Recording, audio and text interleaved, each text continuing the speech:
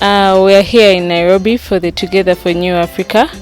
Last year I was also here, and one of my the most outstanding thing for me was the fact that this time round we had different speakers, different youth that have made it out there. We had one from Nigeria, then we also had one from Nairobi. It didn't make it seem like it was rocket science. We could really see somebody of our age bracket having made it up there, and the advice they gave us was really something that you'd really want to go with. So I feel I'm going to do that. I would want to do that. And some of the keywords that really stood out for me that I would want to share with everyone is focus and determination, being humble, co-leadership, and accountability. Those are the 4 things that I'm going to be accountable for when I come back home in Uganda.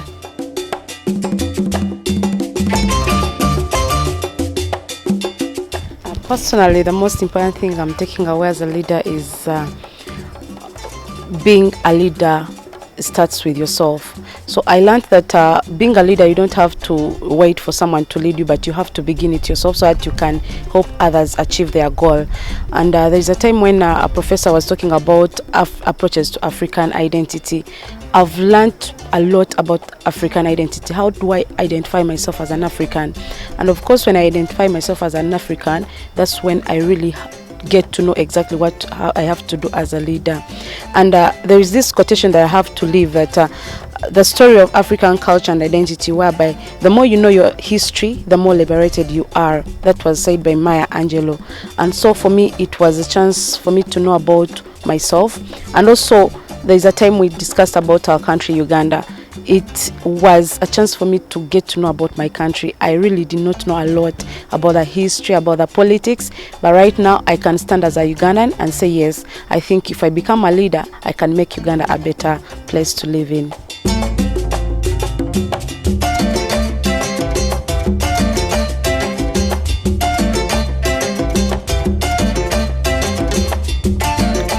I think this leadership training for the second summer school has made me to build on my first experience, and now I have a lot more to do because it will help me to work on my help me to cooperate what I learned in the first summer school to what I've learned now, like co-leadership on.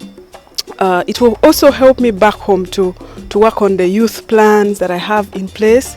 So I've been empowered enough to go and do in Uganda.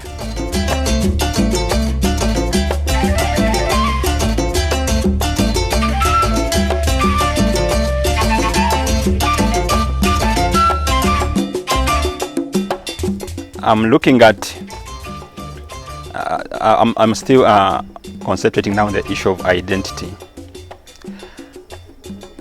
because we must groom new leaders who have an identity that does not, overtake or undermine other people's identities. And also, we had an issue and a daily sharing on wisdom concerning the Lord's Supper and the way Professor Declan put it. It doesn't literally mean the Lord's Supper as people read it in the Bible, but it means that everyone shares. No one is in need. So if there are resources that I'm responsible for in a particular position, I should be able to release them without strings attached. Let them go and benefit the people. If I'm responsible for constructing roads in a particular area or maintaining a particular water source functioning, and then I am not fulfilling that means I'm affecting so many people who are responsible, who are benefiting or who should have benefited from using that water source. And so I'm going to cause a lot of diseases in the community. So that the greed that so many people have at their heart, that they should first feed themselves and their families, and later on the balance can go to the would-be beneficiaries, should not be continuing in this kind of new leadership that we are looking at.